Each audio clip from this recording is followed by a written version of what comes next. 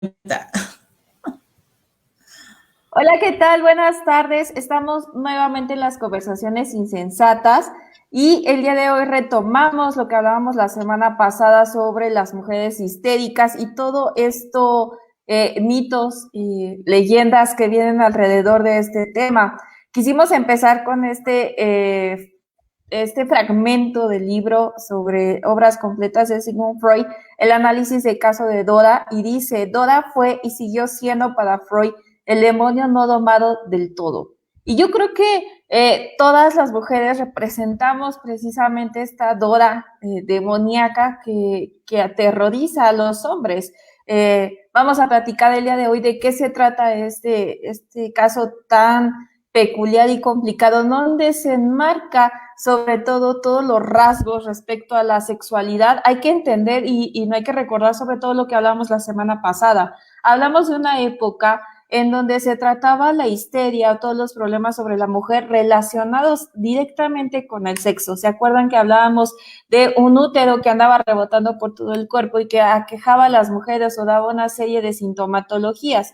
Freud después se da cuenta en este caso que no todo es así, que hay personas incluso que no hay mujeres, perdón, que no somatizan todo este sufrimiento, por así decirlo, o toda esta histeria. Pero sí hay que comprender un poco la época, hay que entender que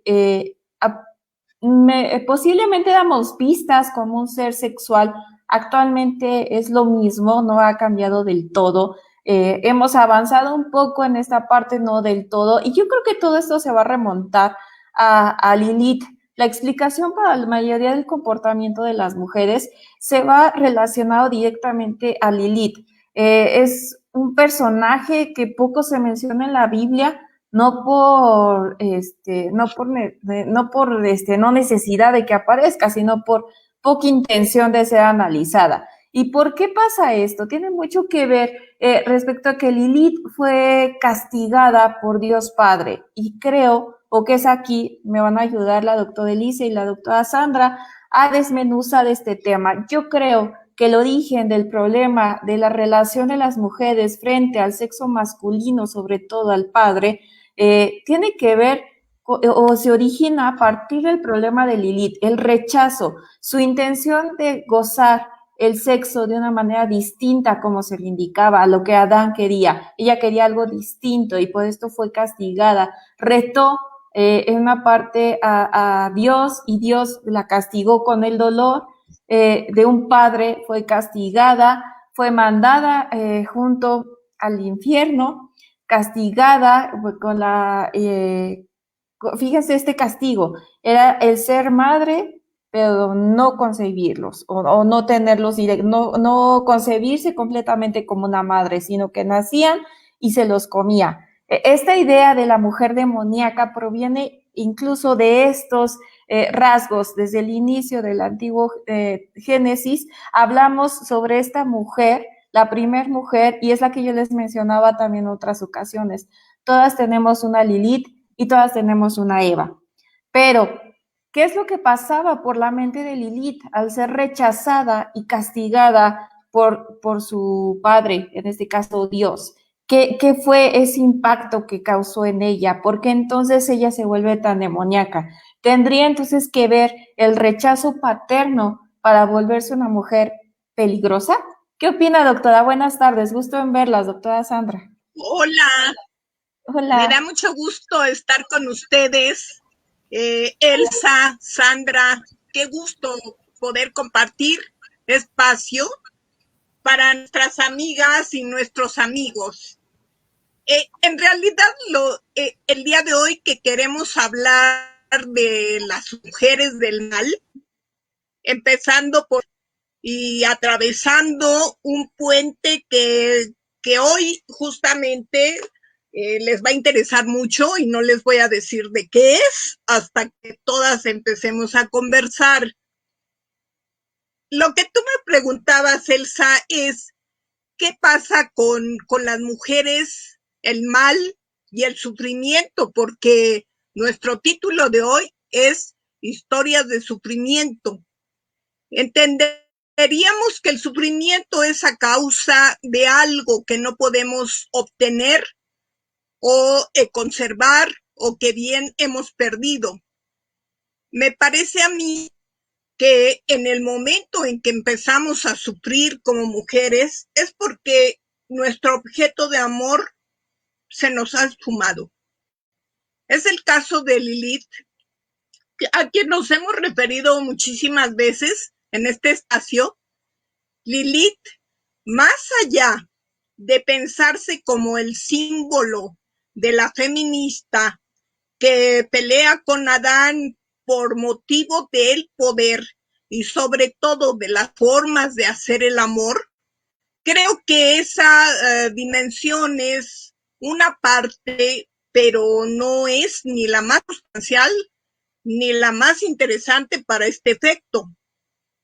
Cuando Lilith desobedece a Dios y pelea con su pareja, que es Adán, por el motivo que ya comenté, entonces ella truena los dedos y desaparece como el viento.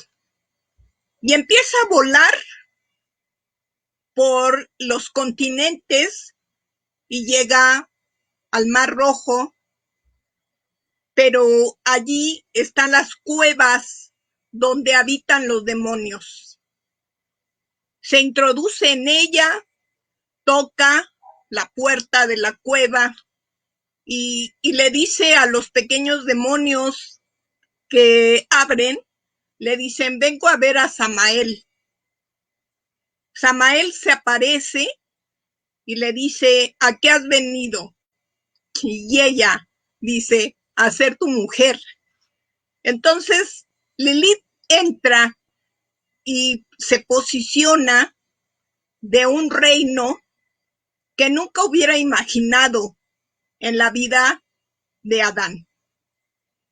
Pasan los milenios, porque no hablamos de un tiempo newtoniano, hablamos de un tiempo mítico. Y entonces pasa el tiempo y un día Dios, su padre, la manda a traer con 3 ángeles. Esta comitiva, que tiene una misión especial de retornar a Lilith al seno de la familia que debería fundar con Adán, la comitiva regresa muy triste y le comenta a Yahvé que Lilith no quiere regresar, porque ella dijo, yo no puedo ser ama de casa y demonia a la vez, por lo tanto me quedo. Díganle a Dios que no regreso. El padre determina un castigo y dice, nunca, Lilith, nunca te podrás mirar en el reflejo de una superficie, ni podrás mirarte al espejo, no tendrás imagen y no tendrás palabra. Entonces imagínense, ¿qué es eso? No tener imagen, no tener palabra, equivale a no simbolizarse en la vida, a que tu existencia es caótica y es fugaz y que no hace presencia. Lilith es una ausencia y llora el infortunio de que su padre la ha rechazado. Pero no solo la ha rechazado, la ha excluido de la palabra. Lilith no puede ser nombrada, porque entonces miles de demonios podrían venir. Y entonces se inventan muchos talismanes, muchas formas de mantenerla al margen. Es decir, Lilith no participa ni en el lenguaje, ni tiene una imagen. Dice Octavio Paz que la imagen dice lo indecible, puede decir lo que el lenguaje parece incapaz de decir. De repente sabemos que las imágenes son más fuertes, causan más impacto que las propias palabras. Entonces, esta es una historia de sufrimiento de una mujer a la que se le llamó mujer del mal, la primera mujer del mal, de todos los tiempos míticos, históricos, literarios, teatrales, no sé. O sea, Lilith es una figura que a la vez no tiene imagen, una figura que no tiene palabra, que está excluida de lo sagrado y por lo tanto es un tipo de mujer diabólica, del mal, ¿sí?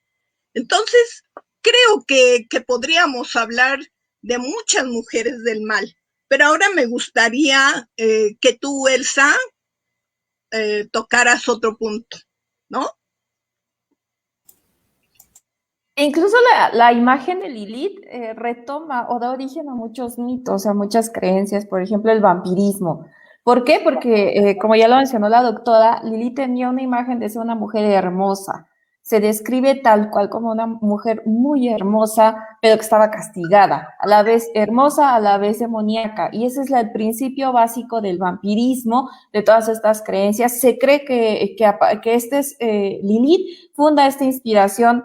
Igual las sirenas es otro mito relacionado con Lilith, donde también son mujeres bellísimas que atraen a los hombres con sus cantos, con su belleza física y después se vuelven demoníacas. Toda esta asociación se ve entrelazada y parecería que este demonio de Lilith reencarna nuevamente en el caso de Dora, una paciente de Sigmund Freud que llegó a los 18 años no llegó sola, llegó por indicación de su padre. Su padre pidió que fuera atendida por Freud porque tenía sueños extremadamente caóticos. Ellos habían llegado a hacer amistad con una nueva familia, ya que el papá enfermó de tuberculosis y tuvieron que trasladarse a otra zona donde los vecinos se volvieron amigos entrañables de la familia. Todo esto comienza a ser un poquito caótico porque esta mujer es conocida como un caso de histeria. Otros autores lo denominan como el caso fallido de Freud, donde Freud no pudo, al final, Dora fue la que dijo, me voy, es mi última sesión. Freud le pregunta hace cuánto tiempo lo decidiste y ella dice hace 14 días. Estas pequeñas señales que daba esta mujer, estos sueños que ella le relataba, estas vivencias, fueron estrechamente relacionados con su sexualidad, con sus deseos de masturbación, pero también con el poder que tenía esta mujer que despertó en Freud esta sensación de venganza. Él afirma que ella decidió terminar el tratamiento como una venganza hacia su padre y hacia los hombres para poder, para culminar su tratamiento. Pero él también admite que en él revivió el pensamiento de su institutriz vieja, le hizo recordar, entonces fue una cotransferencia. Ella recordaba a su padre en la presencia de Freud y él recordó a su institutriz en la presencia de ella. Entonces, doctora, platícanos un poquito más porque es un caso muy complejo. Sobre todo llama la atención cuando yo les digo, es el caso fallido de Freud. Estamos hablando del fundador del psicoanálisis, de obras completas, pero una mujer del mal, como dice nuestro tema de hoy, lo llevó a incluso yo creo una crisis por la forma en que él escribía las cartas. Doctora, platíquenos sobre Dora. Claro, gracias. Lo que pasa es que entre Lilith y la histeria hay un punto de encuentro en cuanto a que se trata de historias de sufrimiento, historias de pérdidas y de objetos no encontrados, objetos de amor, por supuesto. Si bien es cierto que Lilith es rechazada por su padre y llora la ausencia de su mirada, porque no pide la aceptación o el perdón de su padre, pide su mirada. Y su mirada es una metáfora que podríamos entender como la caricia, la inclusión, la contemplación que un padre le da a su hija. Esa es la historia de las mujeres con sus padres y creo que ese es el punto fuerte que queremos destacar de cómo una mujer llora por la ausencia del padre. Quizá desde ahí se desprende el gran problema del patriarcado, de cómo las mujeres somos rechazadas por ese padre tan omnipotente que se llama patriarcalismo, ¿no? O el patriarcado. Y en el caso de Dora que es un punto muy interesante en la obra de Freud, porque no solo habla de histeria, está hablando de homosexualidad femenina. La homosexual femenina es tan rechazada como Lilith. Aunque Lilith no es homosexual, pero de todos modos es una mujer del mal. La histérica es una mujer del mal porque se le ha atribuido que está enferma del útero. De hecho, la raíz de la palabra histeria tiene que ver con eso que después vamos a llamar matriz y que no es más que el útero. ¿Oh? Entonces, eso significa que la homosexualidad también es una forma de protesta, también es una forma de no estar de acuerdo con el rechazo patriarcal, y puede ser que hoy hablamos de posiciones ante el objeto de amor o de elecciones del objeto de amor, pero de todos modos la mujer homosexual es un punto, como tú decías, donde Freud discute, no sé si es fallido o no, pero lo interesante es la discusión que Freud establece en el caso Dora, cuando Dora descubre que no solo podría estar enamorada de su padre, o podría estar enamorada del amigo de su padre, el señor K. No, Dora está enamorada de la señora K, que es la esposa del señor K, ¿no? Y entonces, este descubrimiento es un punto de inercia que redimensiona el trabajo analítico con el paciente. Porque fíjense, alguna vez yo atendí a una señora en mi consultorio que me decía, vengo a que me diga usted cómo puedo hacer que mi hijo, que se ha declarado homosexual, es un joven, usted lo cure. Dígame cómo se cura la homosexualidad. Y entonces yo le decía, ¿por qué le tiene tanto miedo a la homosexualidad esta mujer, esta señora? Y me decía, porque él va a sufrir mucho en la vida si es homosexual. Entonces imagínense, si esa es la visión de una madre a su hijo, ¿qué no será en un régimen patriarcal que un padre se enfrenta a la homosexualidad de su hija? El mismo Freud, con toda su sapiencia y su ciencia, se puso a pensar qué significaba eso de la homosexualidad femenina. ¿Tú cómo ves, Sandra? Hola, hola, buenas tardes, doctora Lisa, Elsa, qué gusto estar aquí. Pues mira, yo creo que este tema que se planteó para esta sesión, bienvenidos a los que nos están viendo, pues es fundamental, porque a partir de Lilith, ¿no? De esta recuperación del mito, que siempre los mitos interpretan, ¿no? Explican la realidad, se viene a ir configurando cómo va a ser la mujer dentro de esta sociedad, ¿sí? El mito es el reflejo ya de esa realidad. No es a partir del mito que las mujeres son sometidas, sino que ya estaban, y la imagen de Lilith por eso es muy poderosa, ¿no? Por esta función que le otorgan al demonio y relacionándola con la mujer. Me llamaba la atención cuando mencionas de la cueva, ¿no? Lilith va a una cueva y siempre se relacionan las cuevas con las entradas al inframundo, digamos, al reino también de la muerte. Entonces, de ese momento Lilith deja de existir como sujeto, como persona, y por eso ya no tiene voz, como decías, ya no es un significante de la humanidad como sí lo va a ser Adán y posteriormente Eva.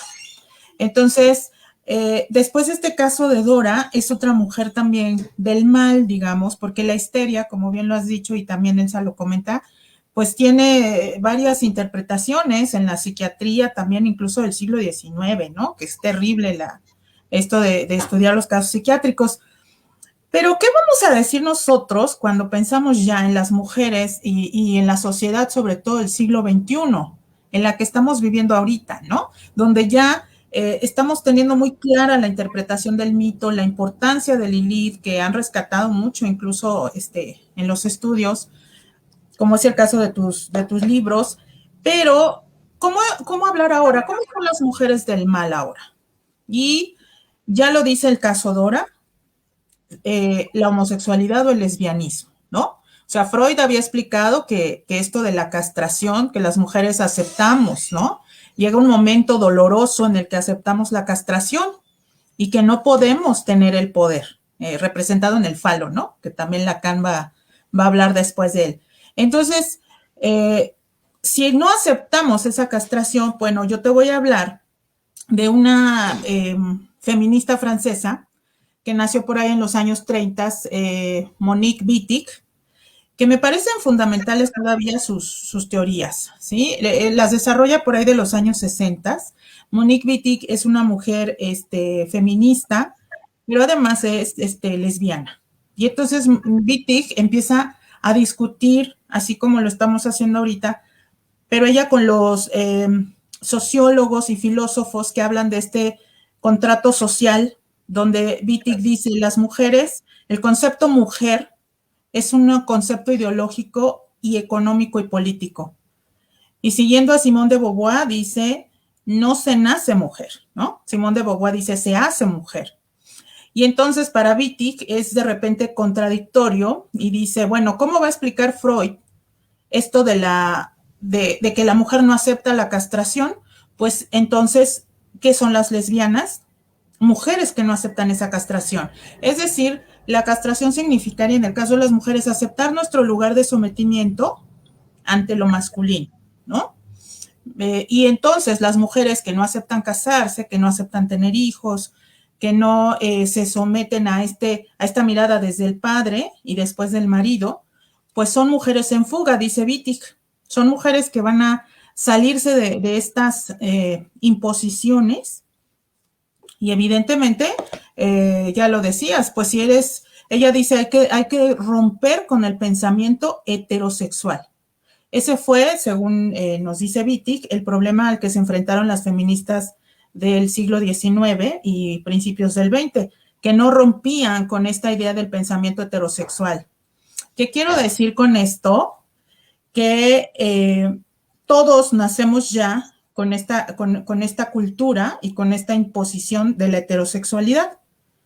Y entonces, evidentemente para Wittig, las monjas, dice que las monjas y las lesbianas son las que se fugan de este sistema patriarcal y que además, pues bueno, finalmente Wittig es una figura muy controvertida, por eso la quise traer aquí a la discusión para que quienes nos están escuchando la conozcan, porque ella está refutando a filósofos como obviamente Rousseau con el contrato social, a Thomas Hobbes, ¿no? Con el Leviatán. Dice, bueno, sí hay un contrato social, pero en ese contrato social no firmamos nosotras, ¿no? O sea, no es entre hombre y mujer, sino es un contrato donde yo pertenezco más bien al sujeto que tiene ese contrato. Y entonces dice, hay que romper ese contrato social. También Wittig discute sobre estas cuestiones del cuerpo y dice, tampoco hay este sentimiento de maternidad que nos han hecho sentir o pensar a las mujeres. Entonces, por eso te decía que ¿cómo vemos a las mujeres del mal hoy en día? Pues claro que es peligrosa una feminista así. Si ustedes la buscan en internet, Wittig, buscan a Wittig, pues va a aparecer como feminismo radical. ¿Y quién señala que eso es un feminismo radical? ¿No? O sea, ¿quién hace estas entradas, incluso en estos sistemas de las redes sociales y de la investigación, donde la podemos encontrar como el feminismo radical? Entonces, yo me atrevería, Elsa, no sé si lo comparten, a decir que estas son las nuevas mujeres del mal, ¿no? Ya del siglo XX mediados y siglo XXI, pues son todas estas mujeres que están cuestionando el sentimiento de maternidad.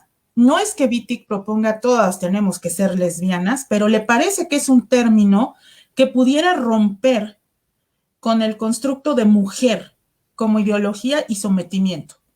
Wittig dice, no hay dos sexos, solo hay uno, y ese es el que somete al otro, ¿sí? Esa es la única realidad a la que nos enfrentamos.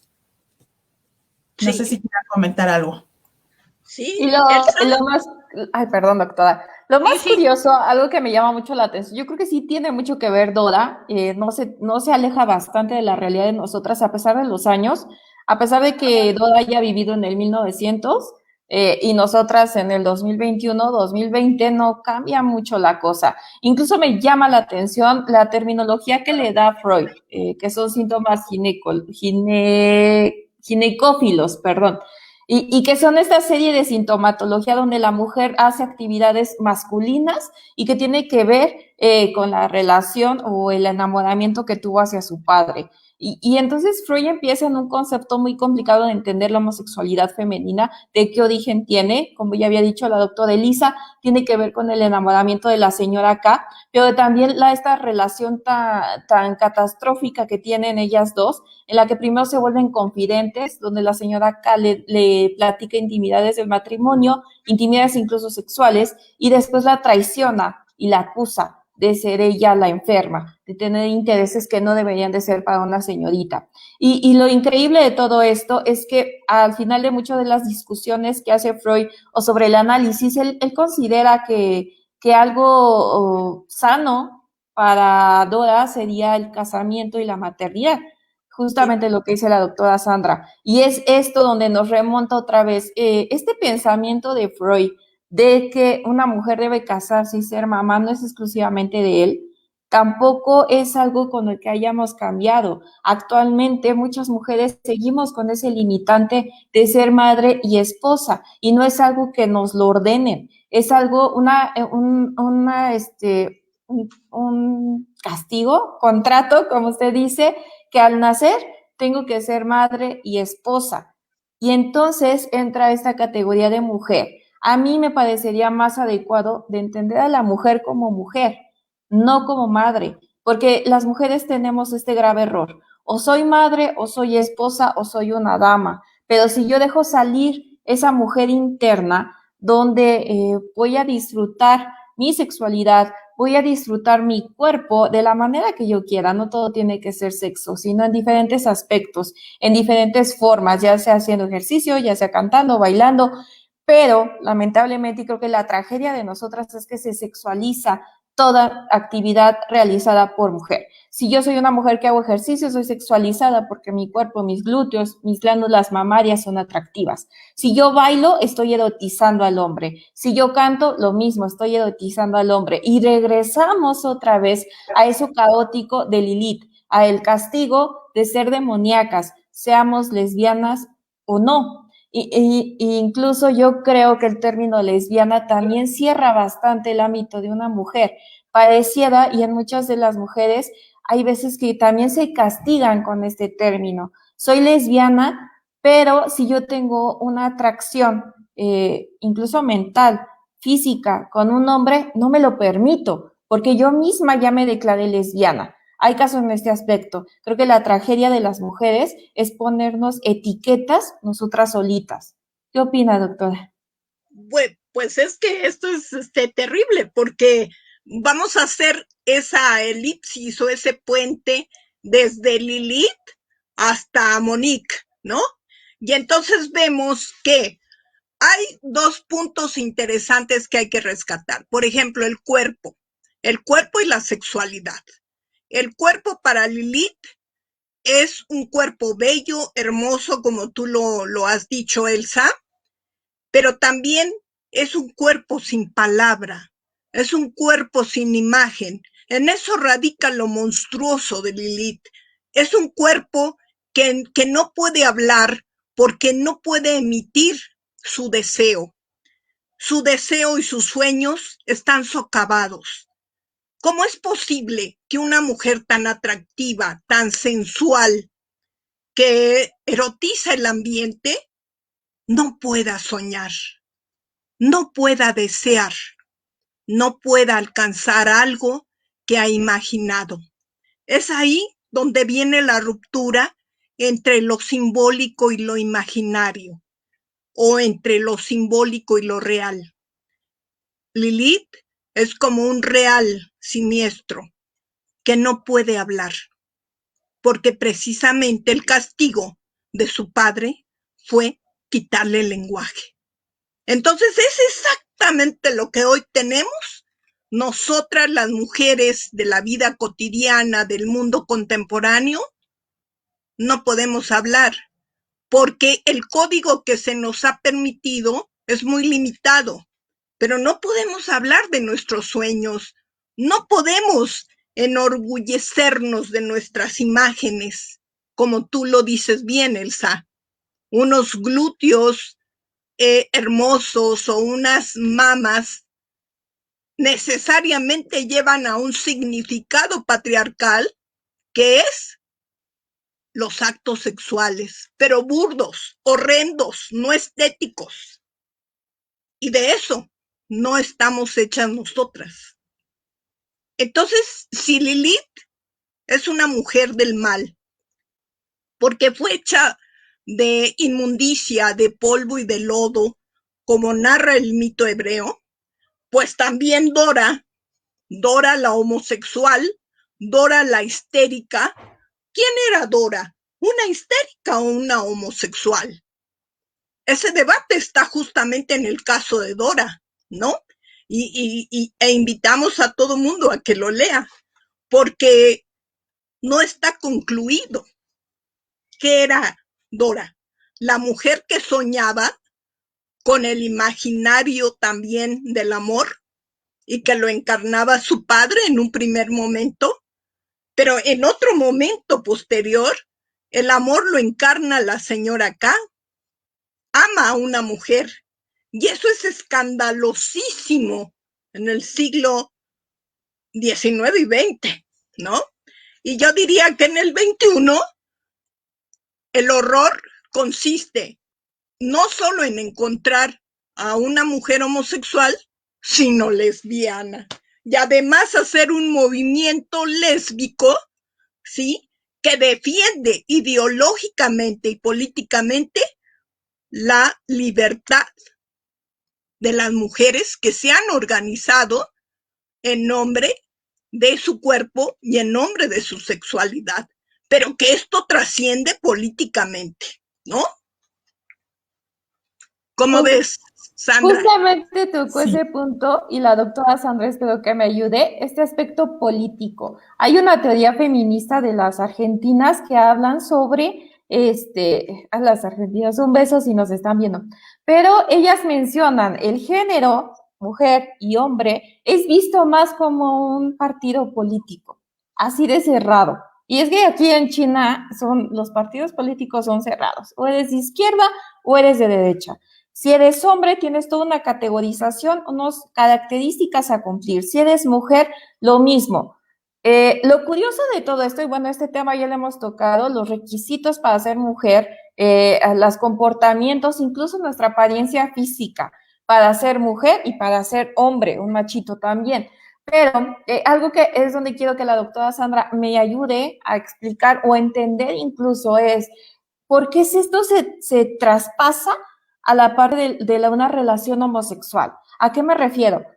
Todos hemos visto cuando vemos una pareja de lesbianas, todas o todos nos preguntamos, ¿quién es el hombre y quién es la mujer? En el caso de los hombres, ¿quién es la pasiva, quién es la activa? Y buscamos a la pareja que se viste como lo que nuestra cultura nos ha enseñado que es una mujer, no sé, cabello largo, cara maquillada, etcétera. Y buscamos la otra pareja que tenga una apariencia masculina, que tenga el cabello corto, que no se maquille, etcétera. Entonces, toda esta conceptualización de un partido político de decir que la homosexualidad femenina está determinada incluso por estas características socioculturales que ya tenemos implantadas. Y eso es lo más triste de todo esto, es que incluso entre nosotras las mujeres buscamos esa asociación. ¿Qué opina, doctora? Ayúdeme. Doctora Sandra, por favor. Ayúdeme. Elsa, sí, tienes toda la razón. Fíjate que esta idea de, incluso Wittig hace esta relación precisamente de lo político y lo social y lo económico con la cuestión de las mujeres. O sea, ella dice que si se fugan, digamos, de esta decisión de tener hijos, Wittig dice, es lo segundo más peligroso para morir. O sea, la primera causa de muerte puede ser la guerra, ¿no? Y la segunda causa de muerte que ella atribuye en cuanto a las mujeres, pues es la maternidad. Entonces, que todas las mujeres, cada vez que van a parir hijos, pues tienen un riesgo muy alto de perder la vida. Entonces, Wittig dice, tenemos que destruir esta concepción de hombres y mujeres, porque es exactamente como esta lucha que propone Marx, ¿no? De clases entre los capitalistas y los proletariados. Wittig pertenece no a ese feminismo radical del que la van a encontrar, sino pertenece a lo que se llamó el feminismo materialista, ¿no? Con mucha influencia del marxismo. Solamente que Wittig hace mucho énfasis en esto que decías. Las mujeres y las lesbianas, sobre todo, han tenido que pasar por un periplo, yo creo desde Dora, que es el caso emblemático en psicoanálisis, un periplo muy largo, porque dice Wittig, a Marx no le interesan las personas si son hombre o mujer, ¿no? Esta lucha de clases tiene que ver con la cuestión de capitalismo y proletariado. Y hay que destruir este concepto, ¿no? Y esta función social y económica. Entonces, el problema es, dice que a Marx no le interesan las mujeres, no le interesa lo individual, el sujeto, le interesa la colectividad. Después vienen ya las asociaciones de los gays o de los homosexuales, que se desarrollan mucho allá por San Francisco, ¿no? En Estados Unidos. Wittig se da cuenta también de que las mujeres siguen sin tener la voz, lo que ya decía la doctora Elisa, siguen sin tener esta voz porque con los revolucionarios no se sienten representadas en los años 60, ¿no? Ellos dicen, no, o sea, aquí venimos a hacer revolución social y no beneficia a las mujeres. Wittig dice, desde la Revolución Francesa, de hecho, las mujeres siguen sin existir para los revolucionarios franceses. En los años 60 sigue lo mismo, no tienen esa voz, ¿no? Porque además para un régimen autoritario como el que se dio en el nacionalsocialismo con Mussolini, pues la mujer tiene que ser biológica todo el tiempo y reproducirse porque necesitan soldados o necesitas revolucionarios.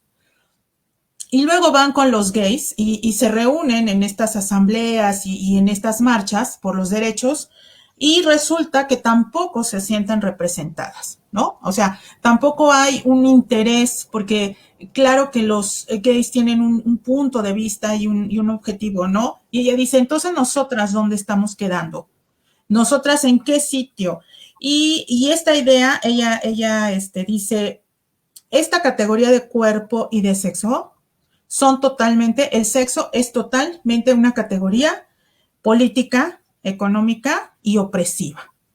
Entonces, hay en la literatura, fíjense, una figura retórica que se llama sinécdoque. Nosotros cuando analizamos los textos, la sinécdoque es definir algo, una parte, por el todo, o el todo por una sola parte.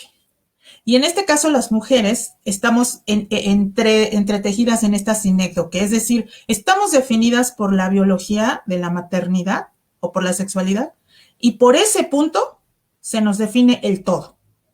¿Sí se entiende la idea? O sea, somos una sinécdoque que simplemente, como ustedes ya lo mencionaban en la sesión anterior, por tener un útero, ¿no? Pues por ese útero estamos definidas en todos los ámbitos, incluso social, económico, y estamos excluidas a la vez de cuestiones ya más fundamentales. Lo decía yo con una imagen que puse de Wittig, que dice, las mujeres debemos ser extremadamente visibles en el campo sexual, pero no en el campo social.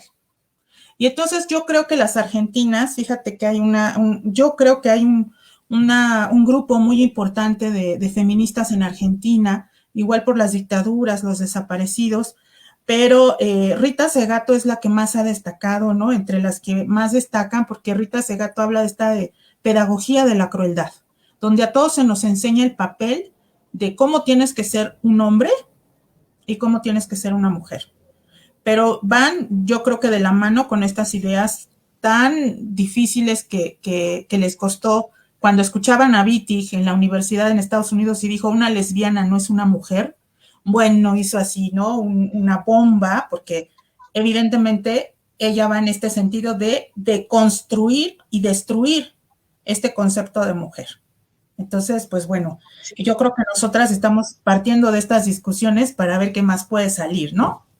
Pues, lo que pasa es que Lilith no es una mujer para el buen concepto moral del patriarcado.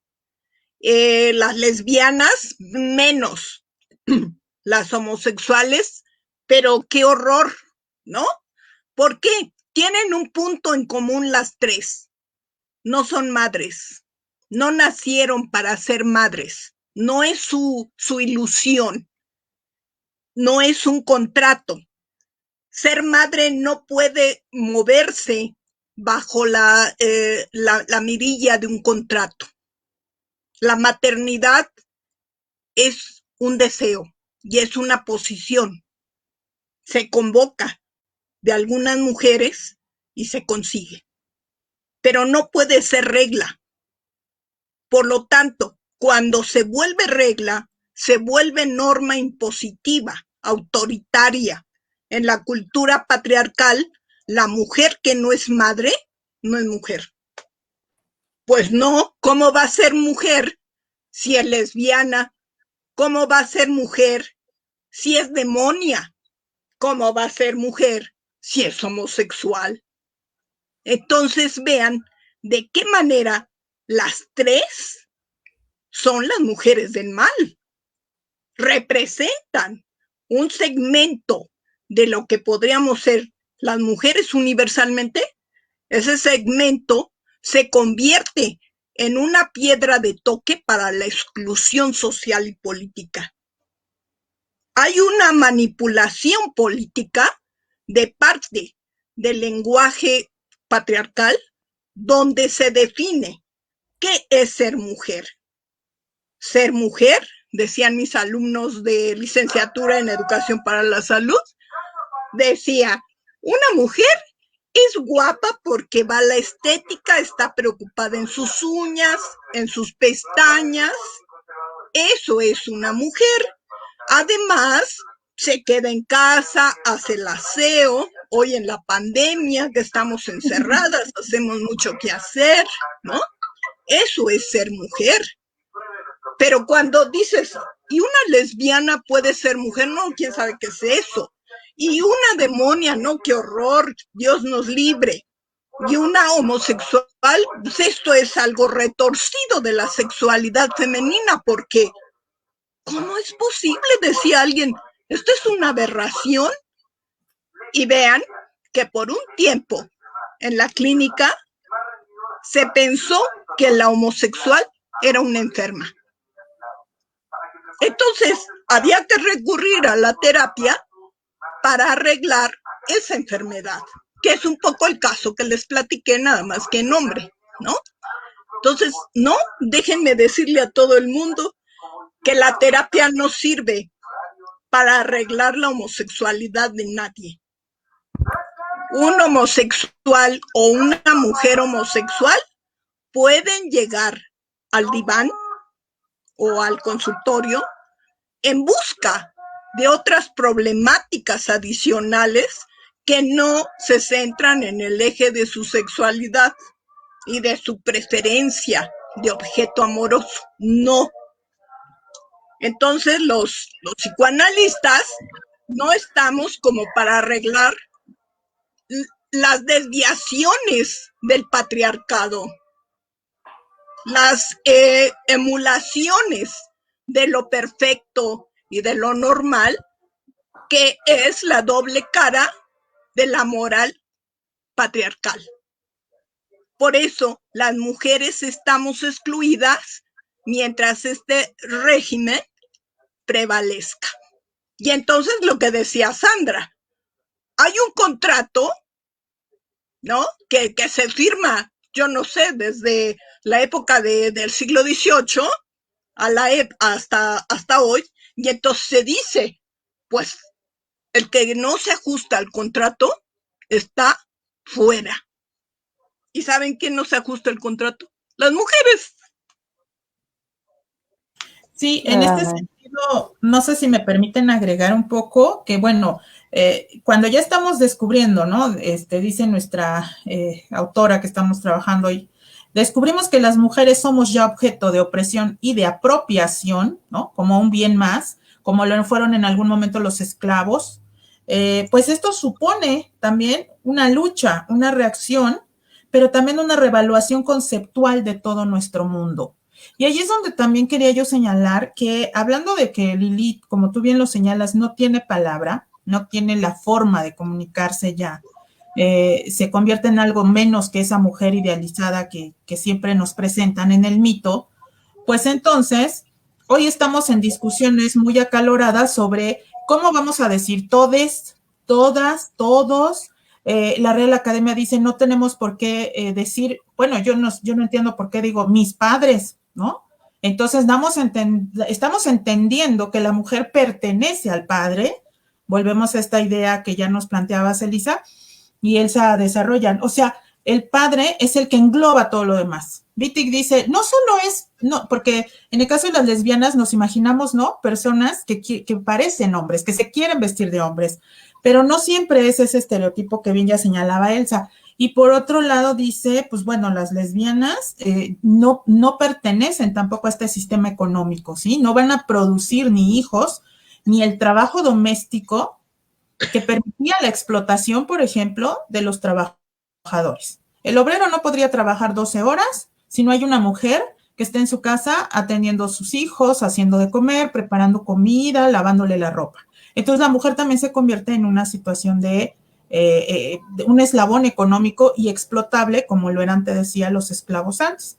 Y ahora se prohíbe totalmente en la Real Academia y sobre todo en el campo de la literatura, y yo sé que me van a odiar muchos, pero bueno, no quieren acceder a decir, bueno, vamos a cambiar, ¿no? Vamos a cambiar estas formas masculinas, donde incluso yo pensaba sujeto masculino, y como decimos en femenino, sujeta, porque seguramente eso nos está definiendo. Y entonces Wittig dice, bueno, una vez que estamos conscientes de eso, ¿qué más vamos a hacer? ¿Cómo revaloramos estas cuestiones que desde el mito nos han definido, desde la psiquiatría y la psicología como en Freud, y ahora a partir de estos postulados epistémicos de las feministas, ¿no? Sobre todo las feministas francesas y norteamericanas, que han tenido mucha influencia en América Latina y más en Argentina, como ya bien lo señalabas. Incluso también se les ha ya puesto algunos peros a las teorías feministas para adaptarlas justamente a la realidad de las mujeres latinoamericanas, porque finalmente Viti, que es una mujer blanca, francesa, que tiene posibilidades de ir a la universidad, pero en Latinoamérica tenemos otras situaciones de las cuales también preocuparnos mucho, ¿no? Sí, sin embargo, hay una revuelta de las propias mujeres originarias de los pueblos latinoamericanos. No tienes que ser francesa, ni anglosajona, ni güera, ni de rasgos estéticos del siglo XIX, ¿no? Que eran lo que se añoraba, no. Las mujeres indígenas, que de hecho son nuestras mujeres originarias, se han organizado precisamente para repeler los embates del patriarcado que se dan a nivel de todos los delitos posibles contra las mujeres. Los feminicidios, los secuestros, los levantamientos de mujeres tienen que ver con la racionalidad patriarcal, donde las mujeres son objeto, como tú bien dices, Sandra, son objeto de apropiación, son objeto de explotación, porque seguramente no eres levantada nada más para hacerte el amor, ¿no? Sino eres levantada porque vas a participar de ese gran ejército del crimen organizado que pone a las mujeres a hacer ciertas tareas. Entonces, yo creo que las mujeres, mientras vivamos la apropiación indiscriminada e impune, pues entonces estamos muy vulnerables. Tenemos mucho miedo de salir a la calle, no importa la edad que tengamos. No es privativo de las jovencitas el asunto de los secuestros y los levantamientos, ¿no? Ni de las violaciones. Más bien la pregunta es ¿por qué se viola a una mujer? No es para hacerle el amor, no es para tener un coito. Se le viola porque se le transgrede a través del cuerpo. Quizá por eso es que en un momento dado, Lacan explica en uno de sus seminarios, la mujer no existe. Y más, quisiera yo llevar la interpretación al terreno de Lilith. La mujer no existe, existe el hombre. Y entonces quizá preguntaron en Francia, en el momento en que él hablaba de su seminario, en su seminario, y decían, pero las mujeres sí existimos. Sí, las mujeres, pero la mujer no está en el lenguaje. No está en el lenguaje, porque no tiene inscripción, porque no tiene huella, no tiene marca, por lo que acabo de explicar de Lilith. Le arrancaron sus sueños, le arrancaron su palabra y su imagen. ¿Quién se lo arrancó? Su papá, ¿no? Y Dora, ¿con quién tuvo problemas? Con su papá. Y las lesbianas lo que están impugnando es la ley del padre. ¿No, Sandra? Claro. No, Sí, y aparte, viendo todo este conflicto, yo considero que una mujer, como dice Lacan, una mujer es más letal que el COVID para cualquier hombre. Y de hecho, de eso surge, sí, no, de verdad, de eso surge la crisis de muchos hombres recae en una mujer, porque las mujeres tenemos esta actitud, de esta esencia de Lilith demoníaca, en la que nos hace encantadoras, atractivas, que podemos encantar las esencias de un hombre, que aparte tenemos la capacidad de crear vida, pero también actualmente ya tenemos la capacidad de decidir, de no traer una vida al mundo, de no crear un nuevo ser humano. Y ese es el miedo y el horror que le da a los hombres. Los hombres saben perfectamente que no somos unos seres fáciles de domar, como dice Freud, no somos demonios que no quedamos domadas en sí, porque aparte del patriarcado, de estas ideas que surgen desde hace muchos años, que tienen estas ideas virginales, es muy curioso, ¿no? Porque una mujer debe de ser virginal, debe tener hijos sin ser tocada, etcétera, pero les asusta la idea de una mujer lesbiana, de una mujer homosexual. Es muy curioso porque a mí me asusta más cómo puedo procrear sin ser tocada, ¿no? Pero todas estas ideas, todo este sistema de patriarcado a lo largo de la historia está sostenido por este miedo que les generamos a los hombres, porque los hombres saben que podemos retar el patriarcado en cualquier momento. Desde Lilith se atrevió a retar a Dios Padre. Dora se atrevió a retar al propio Sigmund Freud, a su padre y al señor K, la señora K también.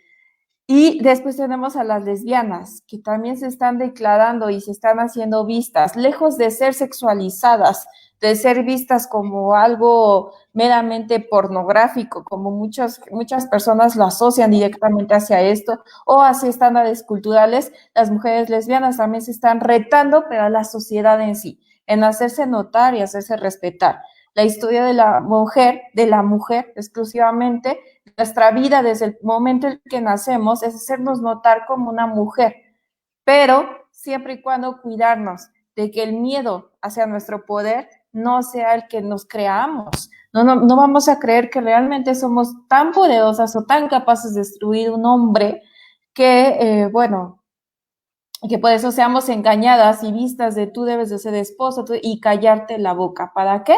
Para poder seguir cumpliendo la función que a mí me conviene y no darte la voz que tú quieres tomar. Claro. Sandra. Sí, pues fíjate que la idea de Vicky cuando habla de que no existe en realidad la mujer, sino dentro de esta relación con un hombre. Es así como existimos, dice Wittig.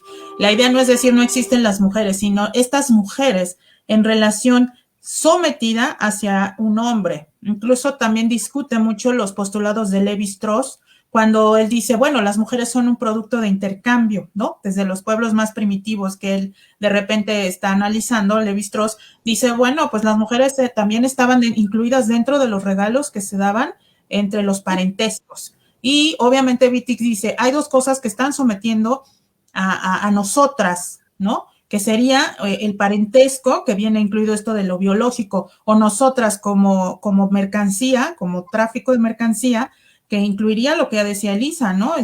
Las mujeres incluso no solo violadas, mutiladas y asesinadas. Y eso es un mensaje directo al patriarcado. O sea, ya lo había yo mencionado, no recuerdo si en algún momento, el que viola a una mujer, dice Rita Segato, no está solo dialogando con la víctima, está dialogando con todos los hombres que están en esa sociedad solapando ese tipo de acciones, porque evidentemente para que en Ciudad Juárez haya estos feminicidios que les decía que Rita Segato llama genofeminicidios, es porque las autoridades más altas están inmiscuidas en esta idea y orden de sometimiento y asesinato. Entonces son mensajes muy claros, lo que tú decías, Elsa, de si una mujer, o por decirlo, estas mujeres dentro de esta idea de sometimiento no se adaptan al sistema, entonces tiene que haber una presión que las vuelva a meter a la regla, ¿no? Y en este caso, a mí por eso me gustó mucho cuando leía Wittig, porque finalmente viene discutiendo incluso hasta con Freud, porque Wittig dice, es más, cuando vamos a psicoanálisis, también ahí tenemos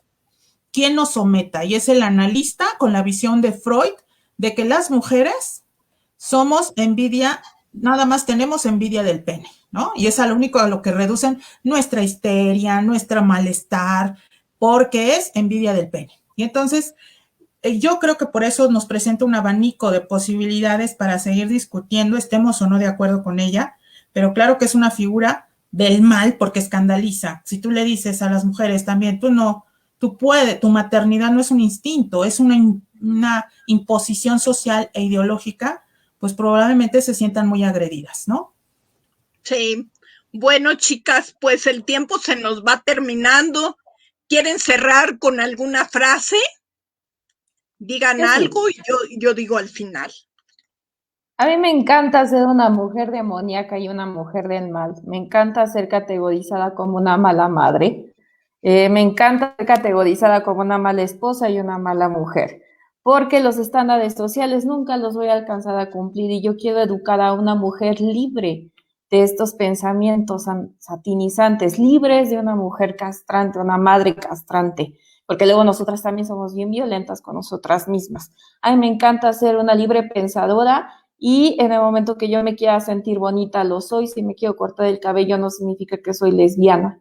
Si me quiero casar no significa que estoy dando mi vida entre una sola persona. Solamente hacer lo que mi deseo me da, lo que mi deseo me genere y no lo que los demás opinen que esté bien o que esté mal. Es decir, es una batalla contra el patriarcado, mía, persona, que cada mujer estamos batallando, nosotras tres, pero que cada mujer en su individualidad está frente a esta batalla muy complicada, muy difícil y llena de sangre interna y sufrimiento por nosotras mismas.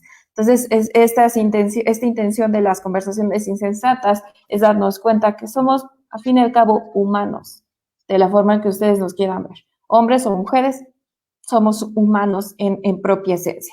Y les agradezco mucho a todos los que nos han visitado el día de hoy, todos sus saludos, todos sus abrazos, todos sus comentarios. Muchas gracias. Sandra. Sí, muchas gracias. Pues yo me siento muy contenta de poder compartir contigo, Elisa, y con Elsa estos espacios que me hayan invitado.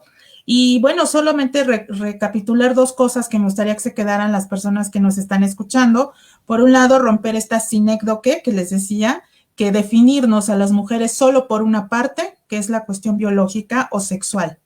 Y dos, yo vería como me pasó cuando leía Wittig, salirte de esta matrix, ¿no? De la matrix, que es la matriz, pero además de esta idea de que somos históricamente y biológicamente inferiores y que siempre ha sido así y no hay forma de cambiarlo, ¿no? Esa sería como con lo que nos debemos de quedar. Y muchas gracias por habernos visto, por haberme invitado y esperamos que esto les sirva para mucho más reflexiones. Gracias. Claro, y yo quiero decirles que las mujeres que estamos en pie de lucha, pues estamos luchando por soñar, por rescatar eso que a Lilith le quitaron, sus sueños, su deseo y su imagen. Nuestras imágenes las construimos de acuerdo a nuestra elección. Esas somos como nos presentamos y como nos significamos. Muchas gracias por estar con nosotros y nos vemos la próxima semana. Hasta luego. Adiós. Gracias.